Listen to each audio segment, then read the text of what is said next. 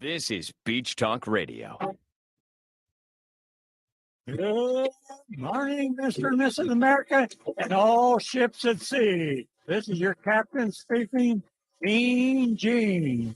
Mean Gene. The following will be a test of the ship's whistle, the sonar alarm, the cable alarm, and the atomic attack alarm. Live from Beach Time Out in the heart of Times Square, you're listening to Beach Talk Radio with Kim and Ed Ryan. And a good evening, everybody, and welcome to Beach Talk Radio for a Tuesday night Hurricane Ian update. My name is Ed Ryan, and Kim may be joining us a little bit later. She was getting a flat tire fixed on her first day back at work, so she may join us in the tail end of the show. So before we get to our first guest, I want to make sure that we give you updates on a few things. Not too many updates for today, but as you know, the big one was the meeting was changed from the tent outside of the town hall to 17650 San Carlos Boulevard. And this is the town council meeting, which will be held Thursday at 2 o'clock. This Thursday at 2 o'clock. It's the former Skip One seafood restaurant adjacent to Smuggler's Cove. And that's going to be, of course, open to the public. There's plenty of parking and there's plenty of room inside, and it's air conditioned on the inside. And that'll be followed by a meeting on Tuesday, October the 25th, next Tuesday, same building. But this meeting will be held at 4 o'clock. And it's my understanding that there's going to be representatives from the different agencies at the second meeting. And you'll be able to ask your questions of the different agencies that are in charge of the relief effort down on Fort Myers Beach. And of course, there's going to be a lot of public comment at both meetings, but especially that first meeting. It's the first time the town council is meeting since before the storm. It's at 2 o'clock, and it's at the former Skip One seafood restaurant adjacent to Smuggler's Cove. And that's over by Smuggler's Cove Adventures Golf. So we'll see you all there on Thursday at 2 o'clock. And I did ask the town if they were going to be putting that on the YouTube page, but I didn't hear back yet. So as soon as I hear about that, we'll let you know one way or another or the other. We will get that meeting broadcast to you if you're not in town. All right. The other updates are just quick ones. I did talk to somebody from FEMA today to ask them about the temporary housing, if temporary housing was going to be on the way. Still no official decision on that. And Ken Higginbotham, hope I said that right, said to me today that he'd let us know as soon as he knew what was going on with the temporary housing. Also, you know that the water is moving along. The water is basically all the way up and down Fort Myers Beach. They're working on the side streets. One of the things that Jim Matterholt said today was that you would have to be at your home when they turn the water on to make sure that there are no leaks and to make sure that it's working properly. And the town isn't sure yet if you should have the structural engineer approval and the electrician approval first, but it makes good sense for you to do that before you get the water turned on. And they're working on all those things, the water, the power, the sewer. And you know the South Bridge is open. Tomorrow's hours are 9 o'clock until 5 o'clock for the residents.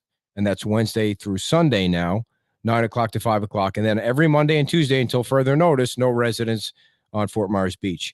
You can see how to order the shirts by emailing Marie. The first order is completely sold out. The second order is in motion, and we let you know on Facebook today. We got a third order completely paid for of 500 shirts. Daniel paid for 500 shirts, so that means 100% of the money from those 500 shirts will go to the employees on Fort Myers Beach that lost their job. And we are getting ready to give cards tomorrow morning to Beach Pottery, Reef Flow Plumbing, and the Rude Trim Company. We'll get their cards. We're just working down the list as quickly as we can. And I figured out a little routine. Today I went to Target and I bought $1,000 worth of cards on 2 different cards. And then I went to Publix and I bought 500 or 1,000 there. So you have to go to different places and use different cards in order to spend all the money that you want to spend. And we are going to have an update on the $500 fund that the Women's Club and the Community Foundation are both administering tomorrow. So look for that on our Facebook page and on our website. But right now, speaking of donations, Lorna Littrell is with us. And Lorna, the reason why I wanted to have you on was because you have been so generous with your donations. You've made multiple donations to the fund. What is the total that you've contributed to the Fort Myers Beach residents? How you doing, Ed? I think I'm at 3,000, maybe 3,500. I kind of lost track because things went a little crazy. Yeah, I look at the PayPal or the Venmo every once in a while. Oh, there's another $1,000 from Lorna. And so explain to people exactly how you're doing this. You own a photography company, but explain to everyone how you're doing it. Well, I'm stuck up north because bless his heart, he's listening, I'm sure. My husband is down there in all that mess. And I just, I've done photography for a while, and I thought, oh my gosh, I've just got to do something while I'm up here stuck. I can't be down there physically to help. So maybe I can make an impact another way. And so I started by the first set of cards I had made, and I just kind of put it out on Facebook to see what would happen. And it just blew up. Everybody feels like me. If you're not there and you can't help, you want to do something from afar. And so people are being so kind and generous. And I mean, they're ordering multiple sets, and I'm on my third set now of different scenes, and people are saying, let me have the next set. And so, I mean, all of it's going to the foundation. As you know, I've been explaining, the cards, the cost of the printing and the postage and everything, I'm absorbing all of that, so that 100% of the sale of the cards is going to that fine group down there that's going to be distributing it quickly to our people. Now, when you say set of cards, can you kind of explain to people what you mean? Sure. Yeah. So what I've got is a 4.5 by 5 postcard stock. So they're very thick, different scenes. So for example, there's our clock and the pirate ship. Yeah. And, just different beach scenes, tried to get a lot of sunsets. Oh, this way. Try to get a lot of sunsets going. And I had a lot of requests for sunsets, So, so these are little cards. You can actually put a mat behind them and frame them. They're nice for framing. Actually had several people tell me, in fact, I have one here at home that's got like a series of 9 that I've done myself. There's the under the pier, which you can see behind me is the canvas in a 16 by 20. So anyway, wait. So that talk about that picture back there. To kind of describe it, where you're standing when you take that photo. So my husband and I like to walk every day, and we always try to walk as far as we can to get to the pier. And right as you're approaching the pier, if you're looking at the pier, right in front of the little restaurant that's probably gone now. What's it called? The Pierside Grill, right? Okay. Gotcha. Right. Yep. Yeah, just right there, and you're just under the pier, and these are the pilings that are kind of left over from beyond. So yeah, from the past. So this is one of my favorite shots, actually. I like that. Wait, you're kind of broke up. So show that one again. Yeah, there you go. This is the postcard that's the same as the 16 by 20 behind me in the canvas. So also, in addition to doing this, I'm offering 8 by 12s in anything that I have. You can go to my website and look it over, or you can just message me and I can work with you on it. But any 8 by 12 print, I'm going to donate the cost that it cost me to print it. Going to give that 100% of that to the foundations and the Women's Club through November 30th. So give out your website and tell people how they can order, and tell people how much it costs, because I have a feeling you might get a few orders tonight. Right. I'm going to tell you the easiest way to do it for me. This helps me a lot. And I know it seems crazy, but I'm going to give you my cell number. I want people to message me. I know, right? I'm crazy. You're crazy. I know. So because it's quicker. If I see it on, I mean, it might take me a while to see it on the website, or it might take me a while to see it on even when they message me on Facebook. It's just that's just so I fun. know, I hear you. You forget, you don't even know, that they've messaged you. So anyway, then what I need to know your full name and your address, and I need to know or where you want to mail to, because I'll mail them out. And then I need to, or if you want to print, just let me know what print you want, and I'll work with you on that as well. And I'm sending the prints directly from the manufacturer. So if someone orders something, I'll just snapshot them a picture showing that I've ordered it, once the order's complete, so they can see that it's going out. And then they can either Venmo me, PayPal me, and I don't even care if you don't have either one of those. You can just write me a check and snail mail it to me. I trust Oh, you. the honor system. Well, Everybody's I'm trusting. telling you Yeah, what, it's great. yes, not only are people good and are not taking advantage of that, everybody's really wanting to pay me quickly so that I can get the money to you guys. But no one stiffed me yet. So how many different pictures do you think you have, Lorna? Oh gosh. In my catalog, you mean? Yeah, yeah. Okay. I hope my husband's not listening to this because we have to pay for this storage every month. But I think I have like 67,000 pictures.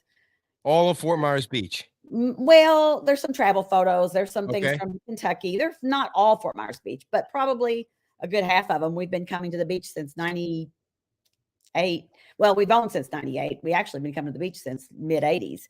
So, yeah, we're long time residents, we've been there for a long time. So yeah, probably about half of them are the beach. And so when somebody orders it from you, they can order what? 1, 5. How does the whole packaging thing works, and what do they cost? Yes. So the cards come in a set of 8 with envelopes. So you can actually use them as cards to give out. So there's 8 of them in each set. And those are $30. That includes your shipping costs and everything. So all of that's inclusive. And you can order as many sets as you want. I have got, actually, I put this on this afternoon on Facebook, and I already had someone, it was the Royal Scoop. Jeff from the Royal Scoop. Yep, he's going to get about 5 sets, and we're going to talk about getting him some pictures in there when we get him back open again. So I'm going to donate, I want to donate something to him to help him get started. So yeah, and then the prints are the same. For an 8 by 10 print, it's $30. Again, I'm going to absorb all the costs, so $30 is going to go to the foundation. Now, and if you want a larger print or anything other than that, what I'll do is, and I have done this already, I'll just show you what my cost is on it. All right. And then they can add whatever they want as a donation, so that I can at least, I'll just have to take that cost back. Because some of these prints are 50 or 60 bucks each, on the canvases and things like that. So you said that you want people to call you, but or text you, but I don't think you gave out your number. Yeah. No, you ready? It's I think you're in trouble right now. Wait till after the show, people. Well, yeah, that's right. We're still talking, but yeah, well, I've already got it on Facebook because I've been telling people to do it. So it's already out there. It's okay. It's all cool. 270-860-2119. Do you have a picture of Times Square in your catalog? I do have a few, and it's so weird. Why would I not have a lot of those? I guess because I'm mainly a nature photographer, and a lot of on the beach a lot. Yeah. A lot of times there's not people in my pictures. And so Times Square always has a lot of people. So I need to look back and see. Someone else asked me for one, and this is like, I'm so sad that I don't have this, but as you're coming over the bridge, the way it used to be, the beautiful ocean. And, I think every time we came over that, I was just in awe as everybody else every single time. And I just never had my camera out. It was like, I was just absorbing the moment every single time. I know I have some facing to the left where you have the, the water, and some of the front where now is going to be the Margaritaville, but the old before it, I do have that, but I don't have just straight in or going towards the town. I don't know why. I have looked through all of my pictures to find one, and I haven't found one. So 67,000 of them. Well, this is awesome, and knowing our audience the way they've been the last few weeks, I have a feeling you're going to be hard at work. Now, you're not there licking the envelopes yourself and putting the stamps on. I mean, you've got people for that, right? You're not doing that all. Doing it all by myself. You're not going to be bored. I'm a one-man show. Huh? You're not going to be bored. You're not going to be bored. Seriously, I'm not kidding you. I'm so grateful that people have been ordering, and they've been so kind, and they are the true heroes here. I mean, I just put the picture out there. They're the ones that are spending the money and helping us. But it's funny because I was so torn up about the fact that I couldn't be down there to help. So this is therapy for me. You know what I mean? Therapy. Lorna, what it is now is you have a library of the way it was. Yes, I know. You have the full library of the photographs of the way it was, and it will never be that way again. I mean, it'll come back something different, but it will never look the way you've cataloged it. Who knew? Right. I know. That's what I would have gotten that picture over the bridge. I just didn't know, Yeah. right? I had no idea. And I'll say too, my husband, he's a great photographer too. During COVID, when we would be going crazy from sitting in the house, we would get on our bicycles and we would just go down. He took some great pictures of the art on the walls. He just decided, I'm going to take all the art. Brilliant, right? So I have all of those art in my, in my catalog because he sent them to me. So, Nice. if anybody has a particular picture from a graffiti thing that was on the walls, like the Shamrock had things painted on the side, and Lonnie Kai, I mean, lots of the things downtown did, and we've got them. Well, thank you so much for doing this, and thank you so much for the donations. It's incredible, and we appreciate you doing that. We appreciate everybody purchasing what you're putting out there, and that you're donating 100% of it to the fund, and it's gonna help a lot of people. So thank you so much. Oh, thank you. Thanks for having me. Thanks a lot, Lorna Richel. Everybody, why don't you give your phone number out one more time? 270-860-2119. You thanks a lot, and we'll see you down here on the beach soon. I hope so. Thanks. Bye. All right. Folks, be sure to check out our website and to place an order when you can. And right now we're going to check in with Greg Watson. Greg, are you there? Yes, sir. Oh, I love when technology works. Greg, my wife is in her car and she took the little white cord that connects my phone to this machinery that I have here, but it works with Bluetooth. So there you are, live in living color. So, Greg, the big story that's emerging on Fort Myers Beach, among many, are this 50% FEMA rule. And we have a huge audience tonight because a lot of people are interested. A lot of people are going to be impacted by it. It's not that easy to understand. So first, why don't you tell us exactly who Greg Watson is and, give us your creds right now. Okay, I'll give you a little background. I became a general contractor in California in 1989. And I became an insurance adjuster in 1995. That's when I moved to Florida and worked on Hurricane, I think, it was either Fran. It hit Destin, Florida in the Panhandle. And that's when my eyes became open as far as what these storms can actually do and what the recovery process is.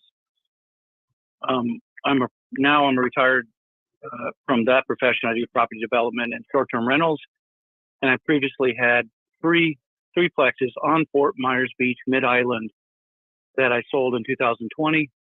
But I ran them for a few years and was quite familiar with Fort Myers Beach and the restaurants and businesses there, and I love the place. And that's why I'm calling. That's why we're talking today. I'm trying to provide the community with a little bit of support and understanding of these turbulent times ahead.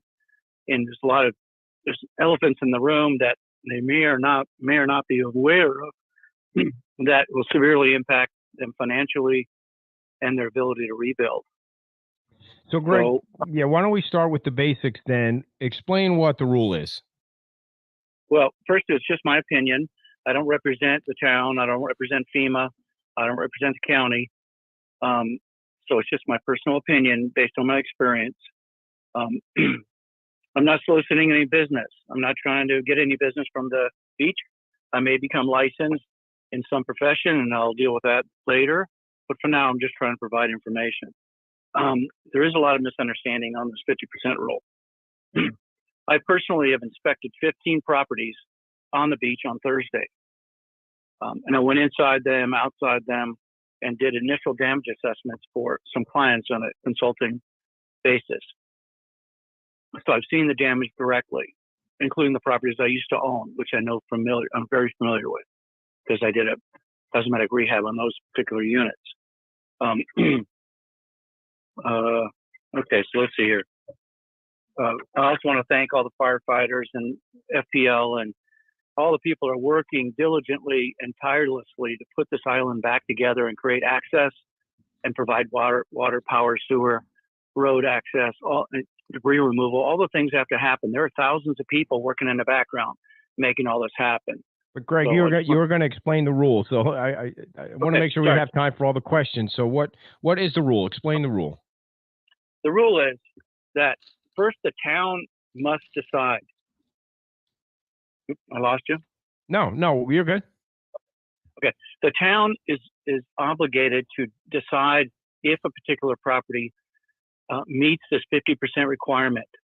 This 50% requirement is a NFIP FEMA condition. It's in the policy of insurance. When a town becomes able to be insured for flood, has to agree to certain conditions. And those conditions are, if there's one of them is this 50% rule, if the damage is substantial and it exceeds 50% of the value of the structure, then it triggers requirement to meet current flood standards. And in this case, that would mean elevating the building or demolishing the building or relocating the building to higher than the flood information rate map designation for the island. And the median designation is 10 feet. As you get toward the Gulf, it goes up to 13, 14 feet. So that determination has to come from the city in a letter first. So everybody's kind of worrying, just you have to receive the letter that somehow it's triggered a concern. It doesn't mean that we're stuck. It doesn't mean you don't have options. It just means that now you have a requirement either to prove you're not 50% damaged or make a plan to restore the building that would comply with the flood standards of elevating it to a higher, 1 foot higher than your base flood elevation level. Okay. So who, for the people that are affected by this, impacted by this, who makes the decision? How does the whole process take place, and who's got the final decision on whether it's below or above?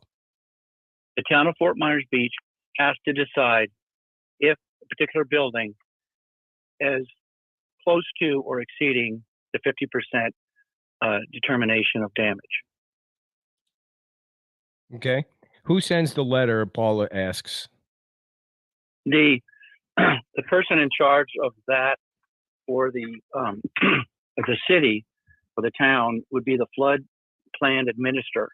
So who is designated as that job title within the town of Fort Myers Beach would be the one responsible for overseeing the identification of those properties and notification of the homeowners or property owners. Okay. Is it safe to assume that the town has already done an assessment of all the structures on Fort Myers Beach, so they know basically through pictures and documentation exactly what your structure looked like, so that if 4 weeks or 5 weeks from the storm, it looks different because you've done work on it, there's going to be a problem? Well, they generally know what it looked like before. You've got Google Maps. I mean, it does a street by street, photographing, but the city knows, town knows. Have they assessed all the buildings? I'm not sure. It's a lot of buildings. Are they doing it now? Absolutely.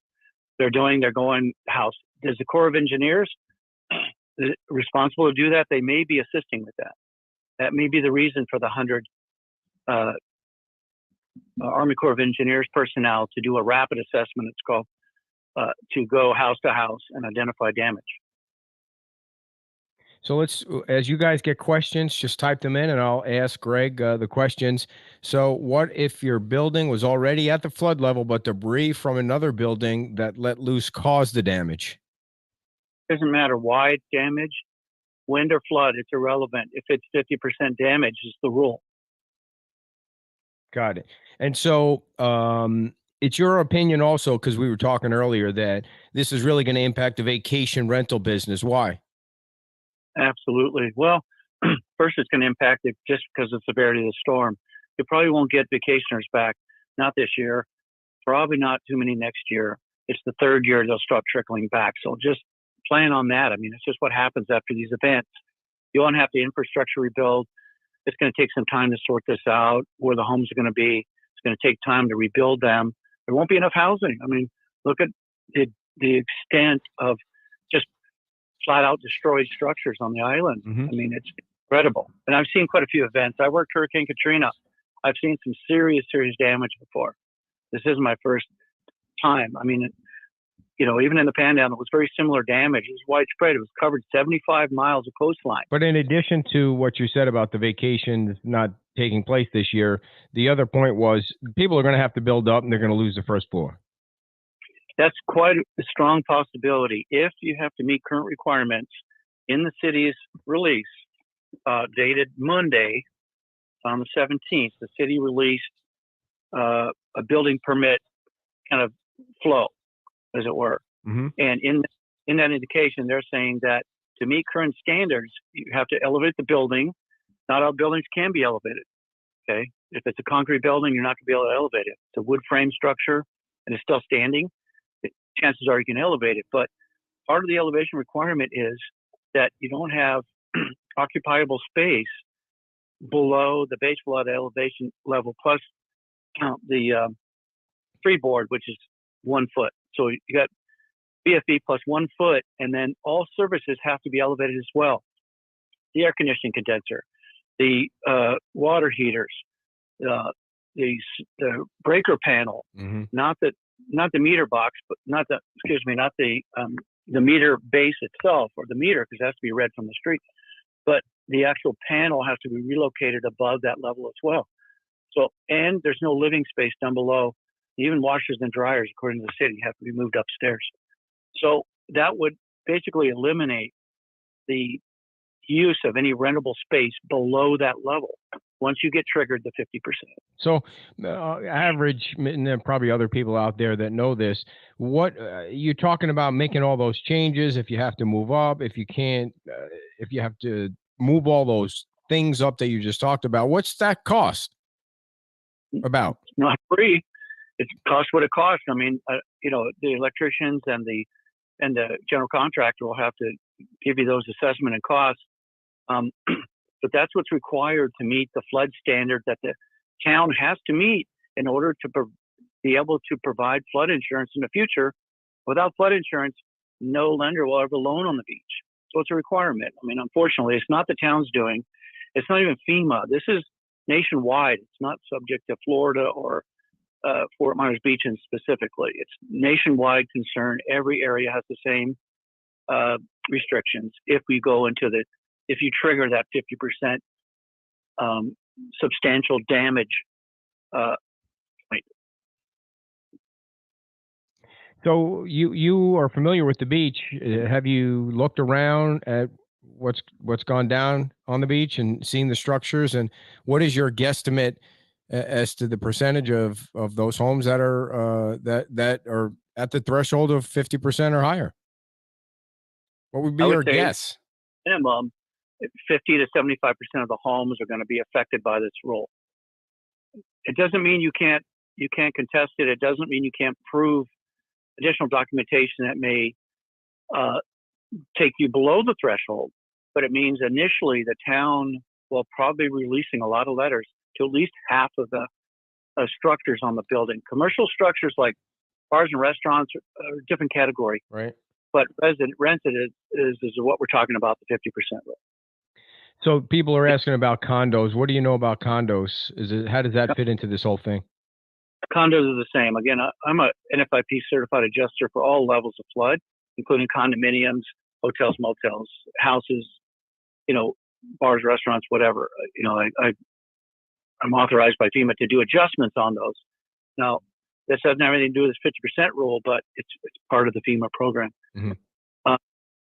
Condominiums are 50% of the entire condominium structure, not just the units downstairs that were highly affected by the wave action. But it's the damage entirely to the building, whatever caused it. If the one ripped off the roof, like I've seen some of the beachfront towers, they had their entire truss roof blown off by 150 mile an hour wind. That's part of the damage as well. So it sounds like the condos are in better shape because they have more owners and they're big. They get bigger buildings and probably more money to choose from than a single family that has one house, right? Is that a dumb thing to say? No, generally they are in better shape that way, but they still have damage. They still have assessments. Each owner is going to have to split the cost of the repairs above the insurance proceeds. So, but it's less likely for them to hit the threshold, right? At 50%. Generally, yes. Okay. So let's see. How do you calculate the 50%? Laura asks. Okay, that's a big question. Everybody's wondering. Good question, Laura. Initially, the town is responsible to do this calculation, right? on behalf of meeting the requirements mandated by FEMA in the flood program. So what they do initially is they take the appraised value of the property by the tax assessor, and they separate out the land and other things. So it's just the building and its footprint only, not any other structures, not fence, walls, walks, pools, the lanais, none of that stuff. So it's just the building, what's under it, and its column going into the sky. So that's what they use on the tax assessor initially. And then they either do the rapid assessment, or because they're connected with FEMA, FEMA is also the NFIP flood program. So as you get your flood estimate, that may be a basis to determine your damage, at least on the flood level.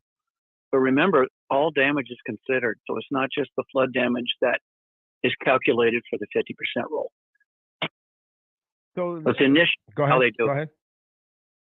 The initial take on it is tax assessor divided by 2.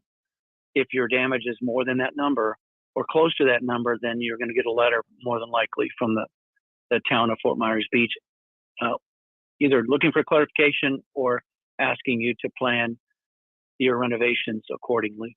And really, renovations means you have to build up, which means, doesn't it mean you have to, unless you know how to lift a building, you have to knock it down and build higher? Which is No, it's not. Okay, go ahead. Not sure. All right. Wood frame structure with a wood joisting can be elevated by jacking, just like they move homes. Not necessarily in Florida here, but I come from California and they move homes quite a bit. And all you have to do is lift it up and then provide some other suitable connection to the support members or reinstall new support members down into the strong subsoil. So most of these homes can be elevated if they're wood frame and already elevated. It's quite possible they can just be lifted up and not destroyed and rebuilt. So yeah, but how many wood frame buildings made it through this storm? You would think that most of the wood frame buildings are the ones you saw floating down the street, right? They did, but I've been down the streets and I've seen quite a few properties. They're still affixed to their foundations. All right. And not damaged, and they're still. It's case by case basis. Some will be elevated, some will not. Obviously, if you got piles sticking up, like quite a few properties I saw, you just got sticks out of the ground. Yeah, you're gonna have to pull the sticks, clear the lot, rebuild, pull a building, and start over. And you're still going to have to pay on your mortgage of the house that no longer exists, and then you're going to have to figure out how to get more money to build a house that's higher at a time where building supplies are through the roof. Yeah, this is like a perfect storm in many ways. You're entirely correct, and that's what the people just need to be aware of. I'm not trying to be the messenger of bad news. It's just trying to be an information source that people can be aware. When you're aware, you can make better decisions than if you're just right. waiting for some edict to come down from above. So you're right.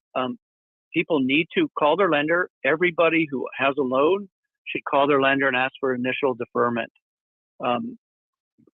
They call it forbearance in the lending language, and they will automatically give you 90 days loan forbearance, and then up to a year, depending on the condition of your property. This storm and its substantial nature triggered reduction in collateral of the lender. So as a lender holds collateral as a safety net to value, as a portion of the value of the loan, if your collateral's been compromised, the lender is now stuck in a position. How do they restore the collateral if you don't have enough insurance proceeds? Mm. So this is something that has to be worked out with the owner. There's a thing called substitute collateral. You can get another loan on another property you own, bundle them together if you own more than one. I mean, most of the properties in Fort Myers Beach are not primary residence. Right. So they're investment properties. And they don't really qualify for most of the FEMA grant money. They're be excluded because they're not primary. So you got SBA, and then you got on the private market loan possibilities for substitution of collateral. So Laura says you need to give a better explanation. Where do we find the info to do the calculation to find out the amount we cannot exceed? First, you wait for the letter from the town. How long will It's that a- take? How long do you think that'll take before they have a Yeah. letter? Because they have no mailboxes, by the way, so it's going to take a little longer. No, I get that. They've already arranged to get their mail somewhere, and if they're rental properties, they already get their mail forwarded to their home. But anyway, the town is going to have to notify everybody if you're in compliance or not. And until you get notified, there's no sense in pre-worrying or pre-stressing about it. The number comes off your tax assessor roll. There's been some discussion about adding 20% to that number and dividing by 2.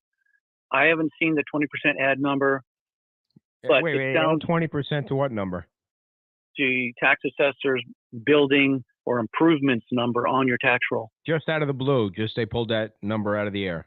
I don't know. That's been talked about on the show, and I've heard it, but I don't see it in any literature I've looked at. So I don't know where that comes from, but it kind of makes sense in a way that your values on the tax assessor tend to be low in my review of in the past, and they're not always current, especially in a changing market like we live in now. So you can get, and the town in their information piece already notified people that you can get a private real estate appraisal and have it done with a date prior to today. So it could be done the day before the storm.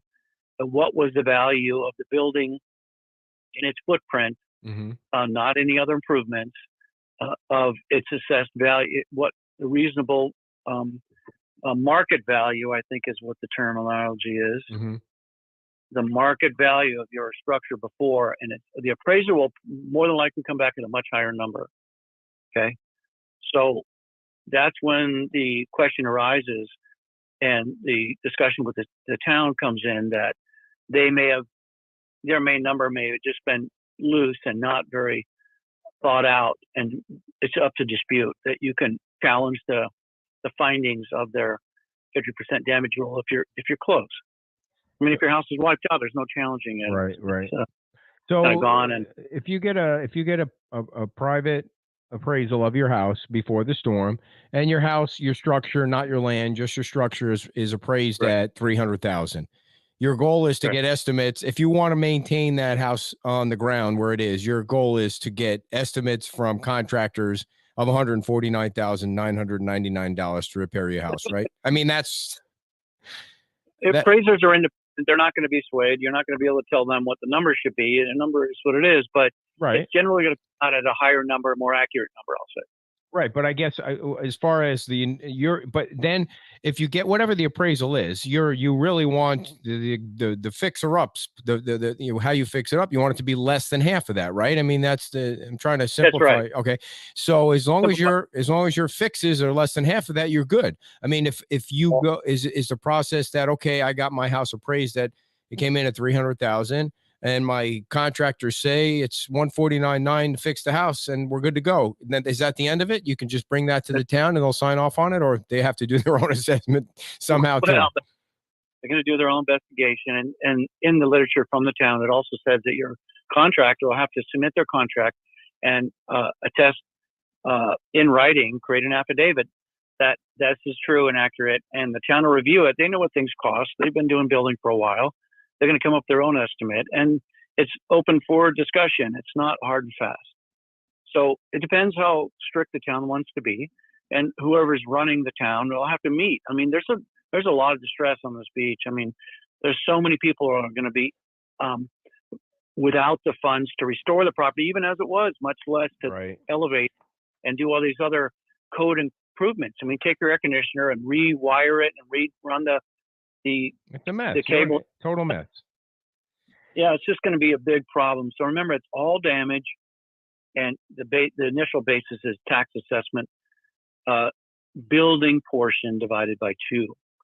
Your damage shouldn't be over that number or right at that number. Okay, I'm just checking for some questions. I did send you over a question from Rick. Do you want to address that one? I've discussed that with the contractor, since I'm not all that familiar with the rules. My understanding is that it's the value of the house, or did you already cover his question?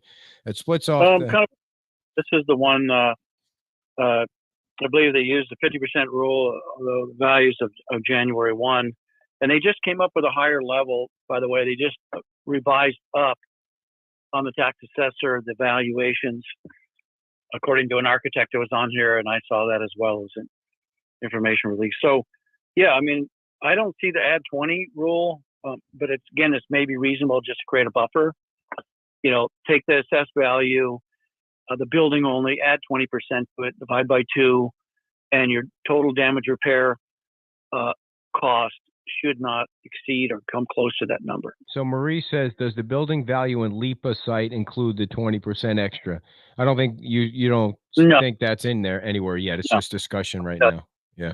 Yeah, I don't believe so. What do you think this 50% thing does to the makeup of Fort Myers Beach, Greg? It's put a serious hurt on the ability to rebuild. And I'll give you an example. I got say I have a threeplex. Now I got to elevate it. My costs are going to exceed my insurance recovery, which is not abnormal. And now I got to do all these other things. And I just lost a third of my income because now I can't rent out my 30-year previous 3-unit. Now I have a 2-unit. Mm-hmm. So that's going to create a serious hurt for a lot of investors and people, even retired couples. A lot of them I know down here live in 1 unit and rent the other 2 out, and that's a retirement. It's not just investors. There's other people there.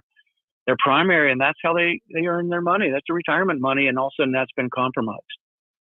Well, there are some people that have been saying that Fort Myers Beach turned into a vacation rental island with fewer families.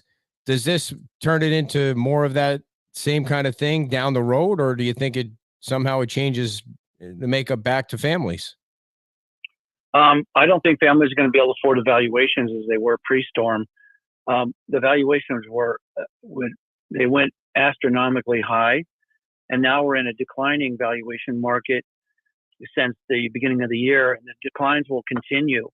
So it's already known that Fort Myers was one of the highest appreciating markets in the nation, and now it's flipped and we're on the decline. So we're going to repairs that could be extended, and the valuations are dropping, and insurance rates are going to go up because now they've realized that the storm can do way more damage. This was, the insurance rate map is a 1 in 100 chance, or 1 every 100 years. Those elevations on there average 10 feet. So it came up to that level at least. So that may even be revised. I don't know. It looks like my inspections of the properties showed that those elevations were actually correct. That's the numbers I saw when I inspected the homes I inspected on Thursday. So, Greg, do you think eventually when things start to rebuild, we're going to see side streets on Fort Myers Beach where there's one house on the ground and 2 houses that are 13 feet high, and then 1 house on the ground, and then it's a mishmash of, it's not really a neighborhood, it's a mishmash of trying to not skirt the rules, but stay under the rules now, and the others that just were wiped out by the storm that have to follow the new rules? My concern is that not too many people are going to be able to qualify to stay on the ground. Qualify for insurance or a mortgage or anything. Most of the people in Fort Myers Beach, the entire island, is going to fall within the 50% rule. Mm-hmm. So it's going to be on the town and how stringent they're going to enforce it, and what leniency they give people for other valuations. But you're right, there's going to be more blank lots, I fear, than actually houses on the ground, because people won't afford to rebuild, and the price of the land, it's going to be hard because the cost of construction's high. You're in a declining market. The cost of mortgages is high, and now your cost of insurance is high. This is, like I said in the beginning, like a perfect storm environment in a negative way. Mm-hmm. That's going to affect people. So some of the discussion was people are already starting to restore their homes and hoping to get them put back together real quick. But the town of Fort Myers is the gatekeeper through the permit department. And before you get your power occupancy permit, you've got to sort out this 50% thing. I mean, it's going to have to be sorted out. They're going to assess every single building on this island and elsewhere. The Sanibel, same thing. Mm-hmm. Marco Island, same thing. Wherever the storm hits next, same thing. They're going to have to sort through this 50% trigger, and are they able to come up with proof or evidence that suggests they can rebuild as they are, or we have to mitigate future flood damage by elevating. A couple of people have said the 20% edition is on the town's website. So I haven't looked, but yep, a couple of people have been I did, saying that. So have you seen it on their website? personally, I haven't seen it, but if it's there, it's there. Whatever the number is, if they allow you a 20% buffer onto the valuation based on the assessor, that may not apply to the independent appraisal, real estate appraisal, but if the town says it applies, it applies. They're the one making the determination. They're the ones going to send the letter. And then you take it from there. Then people are going to have to either get an independent appraisal or a contractor's affidavit and construction repair estimate that the repairs are not passing the threshold. Got it. So anybody else have questions? Type in there. Can you ask him about the 30,000 ICC coverage to meet current code? I have no idea what that means, but I'm sure you do. Yes, that's a part of the flood policy of every building. Applies for increased cost of compliance, it's called, or ICC. That allows as additional coverage up to $30,000 to meet the mitigation standards like we talked about, and which is elevating, moving the services up, all that kind of activity related to floodproofing. They allow each building up to $30,000 additional coverage. Generally, they dole it out in two sections, once initially on plan check and approval and once on completion. So it's only $30,000 SEP coverage and no deductible, but it's available to everybody with a flood policy. How many people do you think we're going to see take whatever insurance they can get and then sell their property because their house is in the Gulf somewhere or something like that? I mean, what do you think the mix is of people completely leaving? We had the city manager from Panama City on saying that his residents, a lot of them left. It's going to, unfortunately, I see that as a strong possibility. Same here. I've worked a lot of these storms. I mean, I've seen and gone back, and commercial losses take a long time to settle. So I've been back and forth to these disaster sites for years. And a lot of people don't rebuild. And corporations may come up, or conglomerate, groups of investors may come up and buy lots and join them together. And, unfortunately, that's just kind of, you live in a high flood zone. And if you think about it, that the flood at any time could come up 10 feet and flow across the island at any given year. It's just 1 in 100 doesn't mean it only happens 1 in 100. 1 in 100 means that's the actuarial possibility of the event occurring. So it's quite possible a lot of people won't have the funds to do it, and they won't have a choice. The town will make them scrape the lot, and they'll try to sell the lot. But how many other people are going to do the same thing in a declining market where insurance is going to be so high? Here's something I need to tell everybody. First, make sure you call your lender and get a deferment if you have a loan. Second, make sure you renew all your insurance policies, even if you don't, especially your flood, even if you don't have a home or much left of a home. The flood insurance may be very, very difficult to get, and the premium you're paying now is small compared to what you will pay for a new policy. So my advice as an insurance adjuster and a flood adjuster is to renew those policies. Don't let them expire. They're not very much money. It's a buffer, and they can be transferred to a new owner. Got it. So they're gonna. You think that the banks are going to work with these homeowners at all? Absolutely. I mean, for 90 days, big deal. You're still going to wind up going back paying a mortgage on a structure that's not there, not due to any. It's not like they're foreclosing or leaving and not paying. It's the house isn't there anymore. There's nothing to live in. It's like. I get it. And this has already happened in 2008. Remember, we went through a crisis previously that, we may be repeating. But in this case, the bank's a minimum 90 days. You work with them.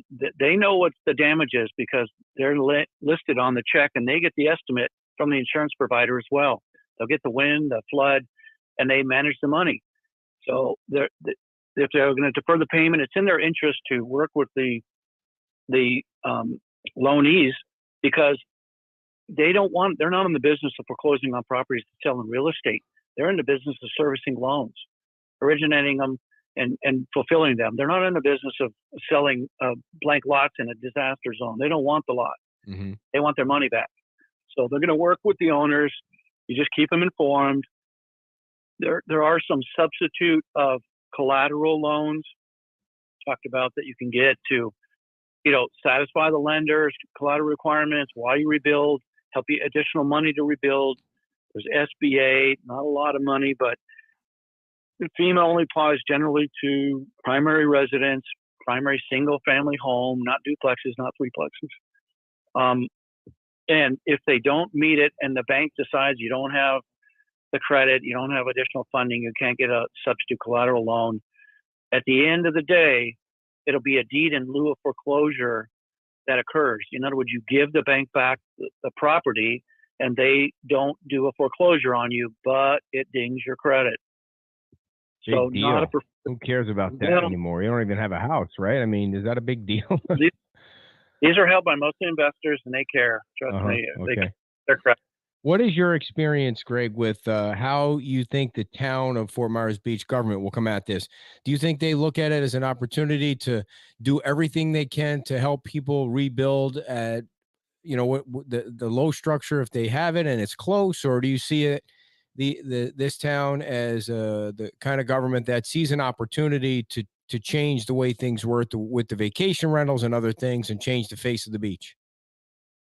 Well, there's the cats that are involved now. Obviously, the mayor and there's a lot of friction going on. I think if there's election, there's new people in. The town's benefit to work with the residents and building owners to return the town. You're not going to revive the beach community without places for people to stay. And if they are too stringent and they end up with a whole bunch of blank lots, everybody, what kind of vacation destination is this where there's no property to rent and the restaurants are sparse because they can't afford to stay open in off season? It'll be a big mess if they don't work with the residents and investors. It's really necessary they do. So there's no reason, I don't see a valid reason. What are your personal feelings aside, or you want to see the town become, or you don't want rentals down below? It's irrelevant. You don't have enough occupancy beds for people to stay in. They won't support the restaurants, and the restaurants won't be able to stay open, and you have a dead beach. So who wants to go ahead? Yeah, who wants to vacation where there's no activities to do? It's the bars, it's the restaurants, it's the activity. All that has to be returned, and it needs housing. So housing. June asks, will they have to pay taxes on the loan forgiveness after the deed in lieu? Yeah, I have had to do this myself. I had some foreclosures in 2009. I had too many properties and the market tanked, and I suffered the same. So what it is you get it's listed as 1099 income. It's called debt forgiveness. So there will be a tax obligation for the amount of debt forgiven on your mortgage. Alan asks, can buildings vacate the first floor of living space if the second floor meets the height requirement? Sure. Yeah, that's what you were talking about earlier, right?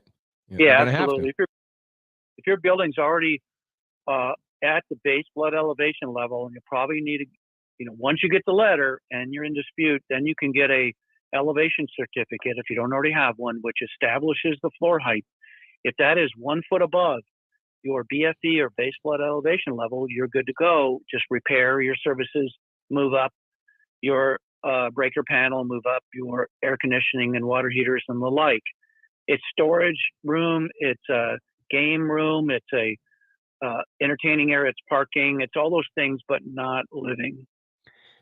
Pam says banks will never be able to foreclose when there's a disaster. Is that true? No, they have a right to. Right now they're barred from the foreclosing. There's a moratorium on foreclosures currently after storms. It's typical. Mm-hmm. And you haven't shaken anything out yet. There's no reason to foreclose. It's unknown yet. But the banks have their own obligation to determine the value of damage. Remember, they get the insurance estimates from the insurance company along with the check. They're aware of what the damage is. They'll send their own inspectors out. They're aware how much the damage is. They know what the collateral is. They know what the risk is. So they will eventually foreclose if you're not able to fix it. You can't make a payment. What's going to happen? That's the recourse, right? Those are recourse loans. They have a recourse to take the property back, and you'll want to do a deed in foreclosure instead of a foreclosure. A better outcome for the owner. What happens to places like Red Coconut? Do they ever get revived in any way? I mean, seems like it would be impossible. Well, I don't know because the permanent little beach trailers that were permanently mounted, I don't know if they'll allow those. They may allow travel trailers and RVs, and it's still an RV spot. And, those can be moved in a storm. I mean, normally you get more notice. This storm caught everybody off guard because it turned and turned and turned, and it didn't really give people a lot of notice. And then they were complacent because in the past it hasn't been that Boyle cried wolf. It wasn't that bad. Right. Once water gets up 2 or 3 feet, it's too late. Yeah. You can't leave. You're stuck. And so they would probably be more proactive with evacuation orders. But I see them.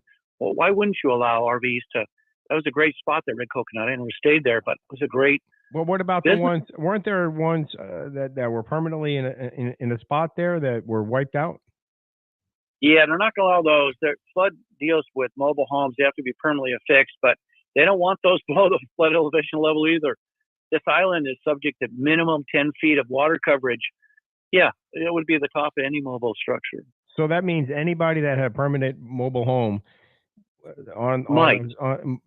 well, I mean, how would they not? I mean, if you're not able to drive it in and out, how would you fit in they were destroyed?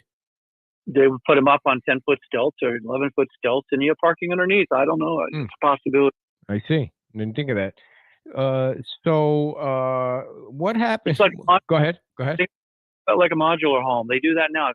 I live in Florida, in the Keys. I live down in the mid Keys in Marathon.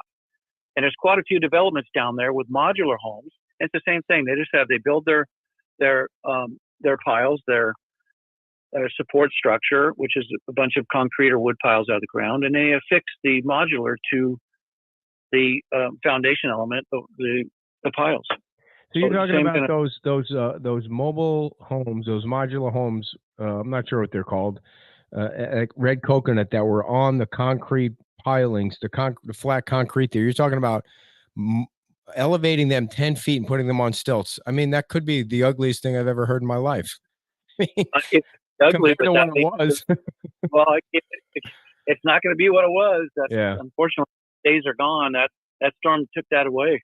In your opinion, I know this is a little off the subject, but in your opinion, what happens to a place like Times Square? I mean, they can't build at ground level either. They're all totally gone. Remember, commercial is a separate animal. Yeah. They can create it. They're allowed to do that. They have what they call breakaway. Like if you see the condominiums, like I'll just say like Lani Kai, they build those even though they're down low, but the front wall and the back wall is made so that it's not secured. It's called a breakaway wall. So when the tide comes in with the pressure of the waves, it blows those out, and the water travels right through and takes all the contents and sweeps them out. And you got a square tunnel that used to be a room. And when the tide goes away, they make sure the foundation's stable, and then they reinstall the breakaway walls and they put the units back in. It still meets the flood standard. So it's called flood proofing. There is a way that commercial buildings are allowed to exist on the grade level, because you can have a bar that's 20 feet in the air. Just old people come here. Who's going to climb up to a flight and a half of stairs to go get a drink? You're going to fall down. So ground level is still feasible for commercial applications, not living. They were worried about loss of life. They don't want people to die in these events. So nobody's staying in the bar during the hurricane. I hope not. They should. Well, I was, but it was the day before, and there was nothing really going on. So what you're talking about, I think what you just said is they might be able to rebuild Times Square at ground level. Absolutely, they will. They'll just make it all out of concrete. What survived? Concrete structures oriented perpendicular to the Gulf. So the waves can come in, it can clear the space, and the building stands. And besides, there's nobody living in it. That's what they really worry about. People say, ride this out and stay here. And look at all the stories you heard about people thought, and all of a sudden the water came up, and next thing you know, they're climbing out in the storm, trying not to get swept away.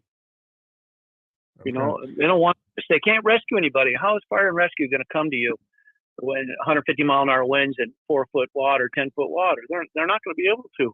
They don't want to be put in that predicament. By the way, did you see any of Lorna's prints before you came on? I mean, those pictures of Fort Myers Beach were beautiful. Did you order a Well, pack? Did you order a pack yet? I mean, not yet. I spent 2 years down there yeah. in Fort Myers Beach and frequented the restaurants and bars. So yeah, I like Fort Myers Beach. I used to go to Dixie Fish House across the bay over there, and quite a few establishments there on the beach. And the fact that they're gone, it just disappeared. The Whale, had a few cocktails there, and yeah, this made the beach enjoyable. So they're going to have to, if they want the town to come back, and they do, the city leaders will have to get together and massage the rules so they encourage redevelopment and don't penalize people unnecessarily. And I believe that's going to be the case. It's in everybody's interest to do that. Everybody's. I don't care the current mayor or not. Everybody would be interested in restoring the town. Without a tax base, you don't have a town.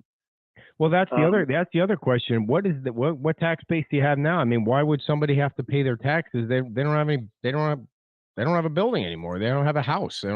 I guess they own the property, right? That's right. You get them reassessed for the time that you don't have a structure on it. You can just pay tax on the land. Okay, so there'll be a reassessment at some point of the current budget. Yep. Well, it's not. It's Lee County that provides tax bills. They're going to reassess these areas. They always get reassessed after, because how are you going to pay? You used to have a house worth $1.2 million, and now it's worth $500,000 for dirt. Why are you going to charge me $1.2 million on a property that's not there? And now you're telling me I got to incur an additional $200,000 to do whatever. Yeah, I can't pay that until it's up and running, until it's occupied. Right. So they eat my taxes the same. It's an abatement. They'll go through a reduction in that. Same with your personal taxes and your federal tax. They'll give you relief. And there's actually a tax form. Don't have it written down, but there's a federal tax form to offset your uncompensated losses. It's called a casualty loss form. Forget the Irish code for it, but it allows you to take all the things you never got. Remember, insurance is Swiss cheese. It's not a blanket. It's got holes in it. And the holes are deductible, depreciation, uncovered items, uncovered by the specific peril insurance, like flood doesn't cover a roof. Whatever wasn't paid for, including the cost to rebuild, is your loss. It's a financial loss. You can write that off as a loss on your income tax. So it's a casualty loss form with the IRS. Yes, Jules. All the shows are archived here on Facebook and on YouTube, so you can go back and listen to or watch any of the shows that you missed. You can watch this one from the beginning. If you go on Facebook in the video section, you'll see them all lined up, one right after another there. So Greg, I know this is kind of off the subject again, but the budget was just approved on October 1st for the next fiscal year. When do they reassess for the folks on Fort Myers Beach so that they don't have to pay what they were originally thinking they had to pay? That's out the window. Whatever budget they thought they had, or whatever they thought they were going to spend next year, that's long gone. And what they got now, you heard from the Panama City mayor, is debris removal happened for, of course, almost 2 years. Yeah. And that alone would bankrupt the town of Fort Myers. For sure. That alone bankrupt Lee County. They cannot absorb that. FEMA has got a limited timeline to supply free debris removals, and that's why the closure of the beach is so important. It interferes with people. They don't like it, but trust me, if you had to pay your own debris removal, one dumpster load, one dump trailer at a time, it's going to get expensive. Take advantage of that. Here's my advice: strip your house out, pile it at the street. Dry your house out if you can, and spray the mold spray. It's a chemical. It's not bleach. It's just a chemical. They sell it at the hardware stores and Home Depot and Lowe's. I forget the name of it, but it's a chemical that stops the propagation of mold. So you dry it out, spray the stuff, and you leave it. And you sort out this thing and you call your lender, you get a deferment on your loan if you got one. You file for an SBA, you file for FEMA if it's a primary, and you wait till you get the letter before you do any major repairs. Wait till you get the town letter. Be specific, the town letter. Town letter, if you've been substantially damaged, that's what it's called, substantial damage. And then take it from there. And if you're close, come up with some other proof that they've miscalculated, and you're asking them to reconsider. And you got a lot of opportunities. It's not a one side. They're not going to just edict and crush everybody on the beach and destroy their tax base. They're going to send you a letter, and it's like, okay, now let me see what I can do to massage the numbers and make them more accurized. Find an assessment of value that's more accurate. Look at the damage assessment and say there's ways to repair costs. Owners can rebuild their property if there's an owner builder, can pull a permit, and the federal minimum wage is $11 an hour. You can actually restore your home legally, not the trades of electrical, plumbing, or AC, but other things you're allowed to as a homeowner. I don't think roof either. But you're allowed to do a lot of other labor, drywall, doors and windows, moldings, paint, flooring. If you're in that bind, you don't have no choice. You've got to do what you got to do. I need you to clarify something. Mike says, don't tell people to strip their house if you think they won't make the 50% off rule. What does he mean? What does he mean by that? If you've got a substantial damage and your house is not going to in any way meet the 50% rule, he's right. I was talking about homes that are marginal, either low or marginally over. It's just wise not to have other damage continue. In the policy of insurance, you also have the obligation to mitigate. If you get further damage, or if you get dry rot in your framing, now you got a problem. You got to tear it all down. You're stuck. You made yourself. So it's just wise. It's also a health thing that if you can get the rotting material out of your home, you cannot dry a home if it's got the drywall and carpet on it and flooring. It will never dry. It'll just rot. And that creates a toxic environment for everybody. So if it's close or slightly over, my advice as the contractor and insurance adjuster is to mitigate your loss and reduce further damage by the minimum cost to strip out isn't a high one. It's not incurring big expense. You pile it at the street. You stop the mold from growing and you try to dry it out. You can dry it out with fans. You don't need any fancy equipment. You don't need restoration contractors. Just use fans. And even the open to the outside is preferred to a closed up home. Mm-hmm. So how hard is it to kind of make the self-determination that I'm close or not close? If your second floor is fine, or if your third floor is fine, or how do you know? The average person might not know what's close and not close. Well, your insurance adjuster, they're going to come out and your flood has probably already been there, coming there very soon. They turn these things around quick. They're required to by FEMA. They turn these really quickly, and they will give you a preliminary assessment, and they'll ask you to sign what's called a proof of loss. Your flood is going to be your biggest damage generally, unless the house blew down. But even that's covered by flood, and your maximum flood for a dwelling policy is $250. $500 for a general policy, which is commercial or multi-unit, over five and over, I think. So it's, you'll know if you're close or not. Pull your tax assessor records. Your insurance estimates are going to be coming in hot and heavy real soon. You're going to generally know if you're at all close or if you're just shooting at the stars because your house is leaning over. Major structural damage, forget it. You're going to be over 50%. Your house is leaning and flooded, there's not much chance you're going to be under 50%. All right, Greg. I mean, you gave some great information. I'm totally confused, but I'm confused all the time, and luckily, I don't have to worry about it. Otherwise, my wife would be in real bad shape. So I hope you guys learned some stuff, and I hope you come back, Greg. And if people want to contact you, how do you want them to contact you, if at all? They can send me an email. I really don't want to get my phone because it might just blow up after the show. I saw how many comments before the show. Yeah, it's been crazy. Concerned, and I get it, and I'm supportive. I mean, currently I'm not deployed as an adjuster. I'm coming out of retirement, so I got a little bit of time right now, and I'm happy to provide the sharing of my knowledge and my opinions.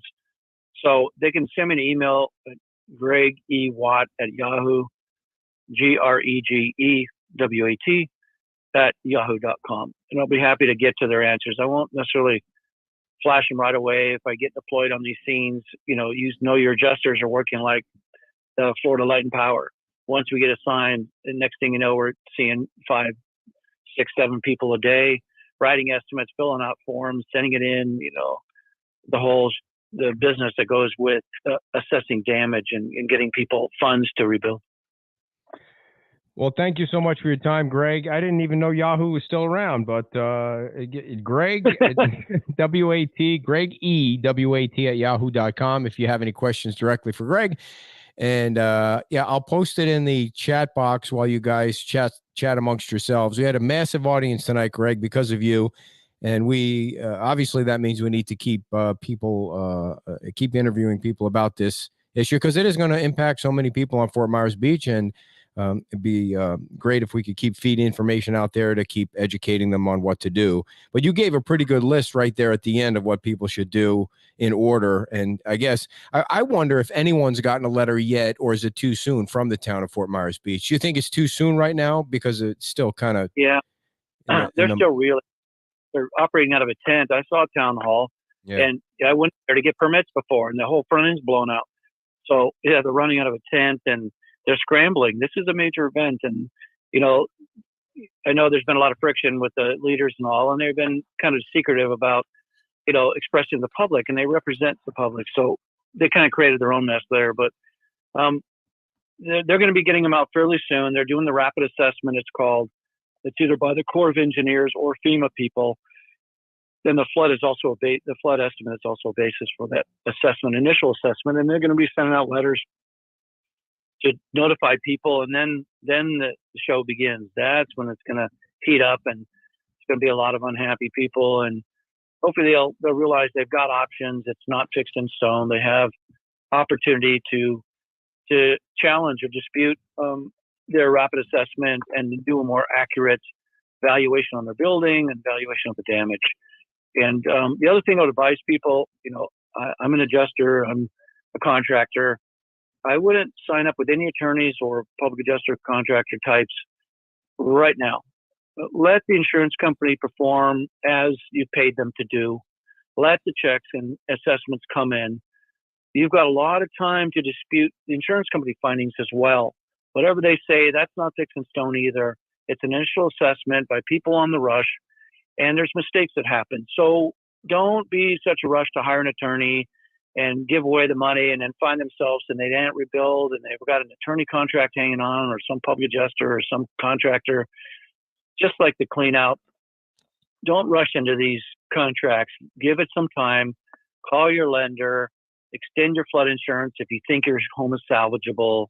Do your clean out, strip it out and dry it out if your home is close to the 50%, and let the insurance estimates and checks come in and the town letter come in the following weeks. Then you can sit down rationally and go through it all and make some sense of it and then look at your options. Greg, last question, I'll let you go. Do you think the municipality can financially survive this storm? Doubtful. So you think somebody like Lee County might have to step in and take over? Well, I believe that's probably where it's going to go. All right, Greg. It's Greg E. Watt at that old yahoo.com. So reach out to him. Greg, thanks so much for your time, man. Appreciate Talk to you it. soon. All right, everybody. Greg Watson, and we'll keep bringing on guests that talk about the 50% rule, because obviously you guys have a lot of concerns about it and a lot of questions, and we'll get different angles and different perspective, and then you can hopefully have enough information to decide what to do with your structure or whatever you have going on there. What's ever left of your structure down on Fort Myers Beach. So don't forget that you can order our T-shirts by emailing Marie, and there's her email address right on the screen there. We're catching up on all the orders. Our first batch of 120 will be shipping out.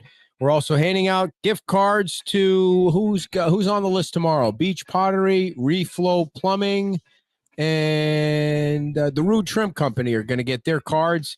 And we're working through the list, people.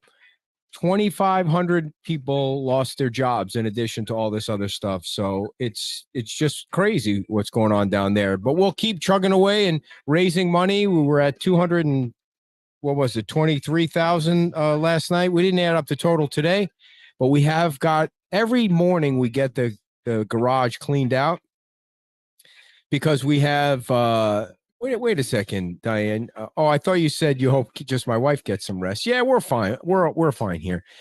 We get the garage cleaned out, and then 4 or 5 UPS deliveries and Amazon deliveries, and the garage is filled up again. So we have a system going. We have 2 runners coming from 820 Buttonwood, and they fill it up. By the way, everybody, I saw a lot of power tools today that arrived in the mail. So if you're in the need for some power tools, they're going to be at 820 Buttonwood this week. A lot of garbage cans, saw some garbage bags, some rakes, things like that. So check out the Amazon wish list that Jessica has put together for us, and keep sending the stuff. We got a lot of checks in the mail for the shirts today. And we got a lot of, what else? Checks for just people. So I just opened an envelope with $1,000 in it. So that'll be added in. We will have another check that we're handing off to the Women's Club and the Community Foundation this week. I think another $20,000 for them. And those gift cards are going to be going out to the 33931 zip code this week as well. Thank you all for tuning in. And we'll be back tomorrow night with another update, a Hurricane Ian update. If not, we'll see you Thursday at 2:00 at the town council meeting. Wonder what the over and under is on the public comment.